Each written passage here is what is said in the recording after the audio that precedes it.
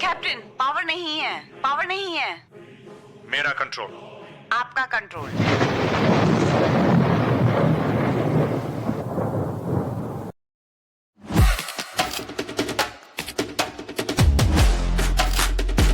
Hello people, नमस्ते, सत श्री अकाल, सलाम। और आप लोग सब कैसे हो? मैं हूं वैशांत सिंह और आपका दिल से वेलकम मेरे चैनल पर।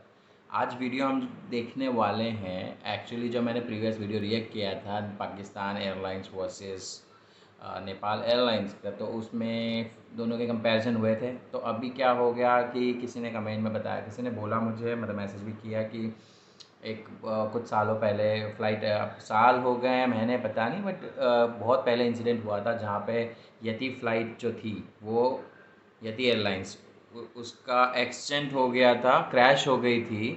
तो which is very painful moment. तो उनमें से भी उनके कोई मेंबर थे जिनके साथ हुआ, तो उन्होंने मुझे बोला कि ऐसा बहुत बड़ा इंसिडेंट हुआ था, आप एक बार वो देखो। So today I am here with that video. और 15 जनवरी 2023 जब यति एयरलाइंस जिसने उड़ान लिया था, जिसका नंबर है 691, काठमांडू से ये पोखरा जा रही थी, तो उसी बीच में एक नदी है जिसका नाम है गंडकी नदी, उसी के इधर से पार करते हुए आगे जा रही होगी, तो अचानक से डिसबैलेंस या कंट्रोल खो दिया। और एंड पीपल आर सेइंग कि दैट्स इट्स पायलट फॉल्ट, जो कैप्टन थे उनकी फॉल्ट थी कहीं ना कहीं, जिस हिसाब से वो लैंडिंग करने से लैंडिंग इतनी बुरी हो गई कि क्रैश हो गया। तो हम वही वीडियो देखने वाले हैं, हिंदी में नरेट किया गया है, तो इट्स गुड। तो लेट मी सी कि क्या हुआ है और क्या नहीं हुआ है, क्योंकि एक वीडियो और चीज़ है जो मैं लास्ट में दिखाऊंगा, मैंने देख लिया है, फिर भी आई विल शो यू। वो मुझे देख के इतना बुरा फील हुआ, मतलब दैट्स अ लाइव वीडियो, मतलब उसमें ऐसा नहीं कि खून खराबा या कुछ ऐसा चीज़ दिखा है, लेकिन we can feel that that guy from India he was taking a video. रहता है ना, लैंड करते वक्त हम वीडियो नीचे लेते हैं, तो मैंने वो वाला क्लिप जरूर देखा। एंड उस मतलब मेरे रोंगटे खड़े हो गए। I can feel that thing, उस जगह मैं हूँ और मैं वो फील कर सकता हूँ, ऐसा चीज़ था वो। It's like very painful and I am extremely sorry. अब ये वीडियो मैं देख रहा हूँ, मैं भाई अपने लिए भी देखना चाहता हूँ ऐसा क्या इंसिडेंट हुआ। मुझे नहीं मालूम, मैं कौन सी दुनिया में बैठा रहता हूँ जो मुझे इतना इन्फॉर्मेशन नहीं पता चलता, या इतना बिजी हो जाता हूँ, पता नहीं। तो एनीवेज स्टार्ट करते हैं वीडियो। और ये जो इन्फॉर्मेशन है मैं वीडियो में देखूँगा, आप बता देना कि ये करेक्ट इन्फॉर्मेशन जा। So here we go. Captain, power नहीं है, पावर नहीं है। मेरा कंट्रोल। आपका कंट्रोल। नेपाल एक ऐसा देश जिसने साल 2000 से अब तक 32 घातक हवाई दुर्घटनाएं देखी है। Oh my God. पोखरा के आसमान के ऊपर कैप्टन अंजू एक नई हवाई अड्डे के लिए अपनी परिचय उड़ान में है। वो लैंडिंग से कैप्टन 5 का नाम है मिनट की अंजू दूरी है। पर है, लेकिन ये रूट उन्होंने पहले कभी नहीं की है। कॉकपिट में उनके साथ उनका इंस्ट्रक्टर है जो उनका मार्गदर्शन और उनकी परफॉर्मेंस चेक कर रहा है। सब कुछ बढ़िया चल रहा था। अचानक कॉकपिट में एक वार्निंग आई, विमान की पावर खत्म हो गई। विमान की ऊंचाई कम होने लगती है। ये जमीन से सिर्फ 500 फीट ऊपर है और रनवे बहुत करीब है। वो सिर्फ 1 मिनट की दूरी पर है। वो पावर लीवर बढ़ाते हैं, कोई असर नहीं। इसे मैक्सिमम पुश करती है, कुछ भी नहीं। सीनियर पायलट ने तुरंत कंट्रोल ले लिया। विमान नीचे जा रहा है, वो रनवे देख सकते हैं, लेकिन उसी समय विमान बाईं ओर झुक जाता है।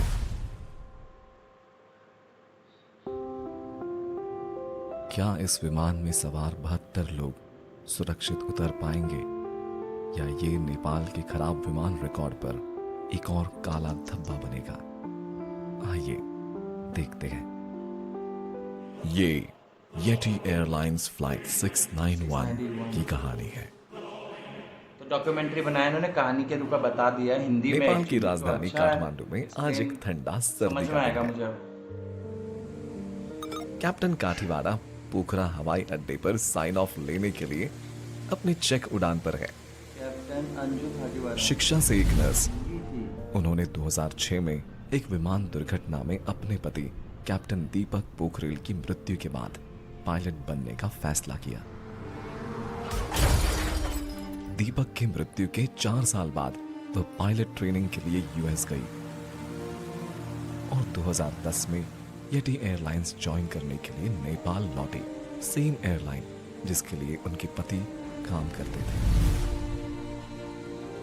वो कंपनी द्वारा नियुक्त 6 महिला पायलट्स में से एक थी और उनके पास 6,400 घंटे का अनुभव था। कॉकपिट में अंजू के साथ सीनियर कैप्टन कमल केसी थे। उनके पास 22,000 घंटे का फ्लाइंग एक्सपीरियंस था। वो पायलटों को प्रमोट करने से पहले फाइनल चेक करते हैं और इसलिए वो आज इस पहले 1 जनवरी 2023 को हुआ था। 2023 को आइए उद्घाटन हुआ है अब पोखरा से एयरपोर्ट। परिचित होते हैं। काठमांडू इस दिशा में 150 किलोमीटर दूर है।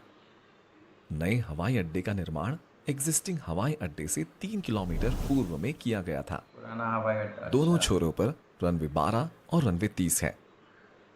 काठमांडू से आने वाले विमान सीधे आने के लिए रनवे 30 पर उतरते हैं।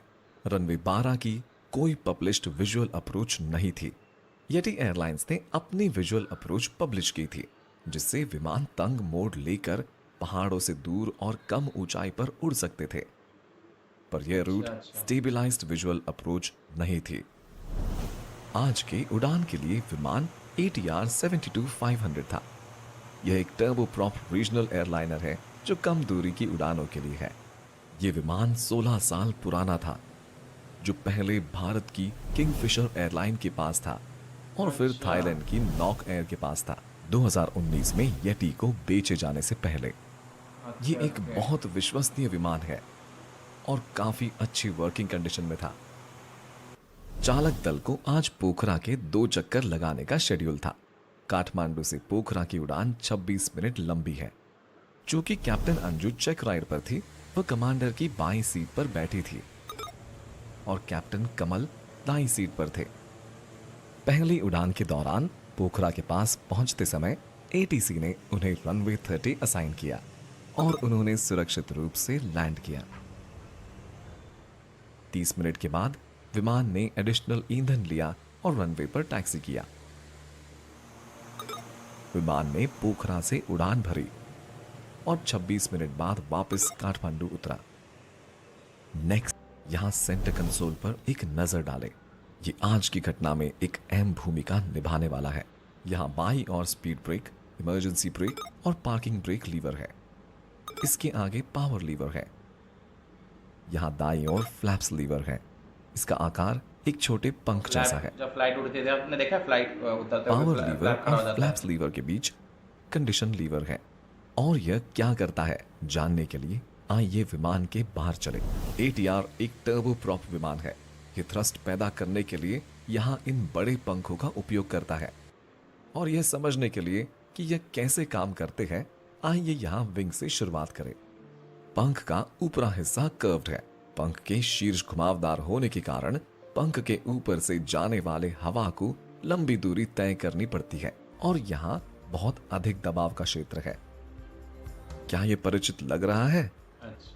प्रोपेलर्स वास्तव में आगे की दिशा में लिफ्ट पैदा करने ये वाले वीडियो छोटे इसीलिए पंख एक्सप्लेन हैं। कर रहे हैं आपको नॉलेज के लिए लेकिन भी और उड़ान प्लस के दौरान ये कई एक बार ऐसा भूमिका होता निभाई थी है कि एक्सटेंड जब होने आप का। नहीं चाहते कि एडिशनल इसीलिए गति बता रहे हैं पैदा ये हो। सब चीज़ों की मान fault। लीजिए टैक्सी के दौरान सही। और इंजन फेलियर के दौरान आपको विमान को लंबी दूरी तक सरकाकर ले जाना होता है।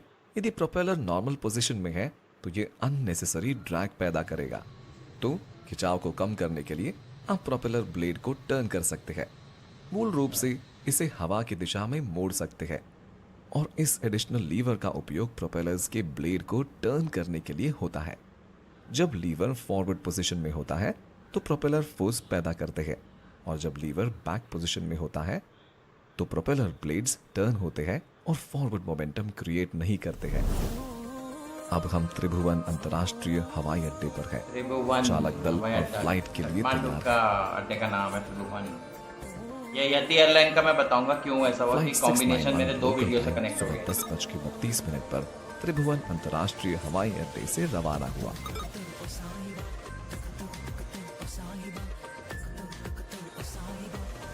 सुंदर हिमालयन पर्वतों के ऊपर से उड़ान भरने के बाद और हवाई अड्डे से 15 मील की दूरी पर उन्होंने पोखरा ATC से संपर्क किया। ATC ने उन्हें रनवे 30 पर स्ट्रेट अप्रोच के लिए कहा। वही अप्रोच जो उन्होंने कुछ घंटे पहले दिन की पहली उड़ान में किया था। लेकिन चूंकि यह उनकी परिचित उड़ान थी, कैप्टन कमल ये चाहते थे कि कैप्टन अंजू रनवे 12 अप्रोच से भी परिचित हो। इसलिए हाँ, तो उन्होंने कैप्टन की ATC से गलती है। रनवे 12 पर लैंड करने की रिक्वेस्ट की। याद रहे, ये एक ऐसी अप्रोच है जिसे नेपाल एविएशन अथॉरिटी ने अप्रूव नहीं किया है। इस अप्रोच के लिए क्रू को ट्रेनिंग भी नहीं मिली थी। इस अप्रोच का रूट बहुत नैरो था और पायलटों का वर्कलोड बहुत ज्यादा होगा। इस समय वे हवाई अड्डे से लगभग 5 मील दूर है। कैप्टन अंजू पावर लीवर को फ्लाइट आइडल में लेकर आई। विमान ने उतरना शुरू कर दिया। जब गति 180 नॉट पर गई तो कैप्टन अंजू ने पूछा, फ्लैप्स 15। कैप्टन कमल ने फ्लैप्स को 15 पर सेट किया। 170 नॉट्स पर कैप्टन कमल ने व्हील्स को डाउन किया। उन्होंने डाउनविंड लेग से जुड़ने के लिए बाएं मोड़ लिया। मौसम साफ था और ATC विमान को क्लियरली देख सकता था। 10:56 पर कैप्टन अंजू ने 721 फीट की ऊंचाई पर ऑटो पायलट को डिसेबल कर दिया। 5 सेकंड बाद विमान ने 150 नॉट पार कर ली और फ्लाइंग पायलट ने पूछा, फ्लैप्स 30। कैप्टन कमल इस समय 3 अलग अलग काम कर रहे हैं। वो को पायलट हैं, कैप्टन अंजू की ट्रेनिंग कर रहे हैं और एक नए रूट को समझ रहे हैं। उन पे इस समय बहुत वर्कलोड का प्रेशर है। विमान ने 150 नॉट पार कर ली और फ्लाइंग पायलट ने पूछा, फ्लैप्स 30। कैप्टन कमल ने स्वीकार किया। फ्लैप्स 30 और हम उतर रहे हैं। हालांकि दुर्भाग्यवश इस फ्लैप्स लीवर को 30 पर ले जाने के बजाय कैप्टन कमल ने गलती से कंडीशन लीवर को पुश किया। याद रखें, जब कंडीशन लीवर को इस पोजीशन में ले जाया जाता है तो प्रोपेलर्स पंख लगा देते हैं और वे आगे की गति उत्पन्न नहीं करते हैं। कोई भी प्रोपेलर अब फोर्स उत्पन्न नहीं कर रहा है। फ्लैप्स 30 और हम उतर रहे हैं। उन्हें नहीं पता है कि उन्होंने गलत लीवर दबाया है। 5 सेकंड बाद कॉकपिट में वार्निंग साउंड आती है। इंजन की साउंड बदल जाती है। इंजन से पावर भी नहीं आ रही है। उन्होंने पावर लीवर को 41% से 44% तक बढ़ा दिया। कैप्टन, कुछ पावर नहीं आ रही है। विमान की ऊंचाई कम होने लगती है। वे जमीन से सिर्फ 500 फीट ऊपर है और रनवे बहुत करीब है। सिर्फ 1 मिनट की दूरी पर है। वे पावर लीवर को और बढ़ाते हैं, कुछ नहीं हुआ। लीवर को मैक्सिमम पुश किया, फिर कुछ नहीं हुआ। कैप्टन कमल कंट्रोल्स अपने हाथ में ले लेते हैं। विमान गिरता जाता है। कैप्टन कमल ने कॉकपिट का स्कैन किया और पाया कि फ्लैप लीवर 15 पर था, 30 पर नहीं। इसलिए उन्होंने इसे 30 पर कर दिया। दुर्भाग्य से कॉकपिट में काम का बोझ इतना अधिक है कि पता ही नहीं चलता कि कंडीशन लीवर गलत पोजीशन में है। फ्लैप्स को 30 पर मूव कर दिया। पावर ना होने के कारण फ्लैप्स 30 ने विमान का ड्रैग बढ़ाकर समस्या को और बढ़ा दिया। 4 सेकंड बाद स्टिक शेकर ने स्टॉल के संकेत देते हुए हिलना शुरू कर दिया। 2 सेकंड्स बाद बायां विंग इतनी धीमी गति से चल रहा था कि वह रुक गया। दाहिना पंख अभी भी लिफ्ट उत्पन्न कर रहा था और इसने विमान पर एक रोटेटिंग फोर्स पैदा किया, जिसके कारण विमान अचानक बाईं ओर झुक गया। पायलट अब कुछ नहीं कर सकते।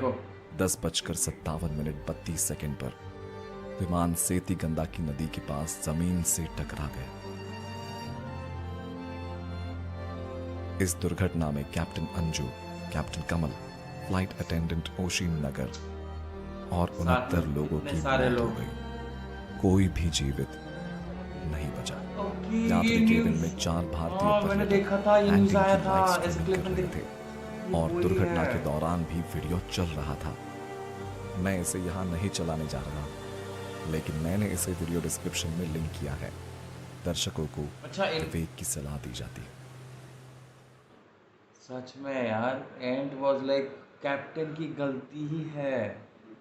वो अपना स्मार्टनेस और ट्रेनिंग उस बेस पे क्यों करा जिस जगह में रिस्पॉन्सिबिलिटी इतनी बड़ी थी, लोग थे इतने सारे, उनकी जिम्मेदारी उनके ऊपर थी।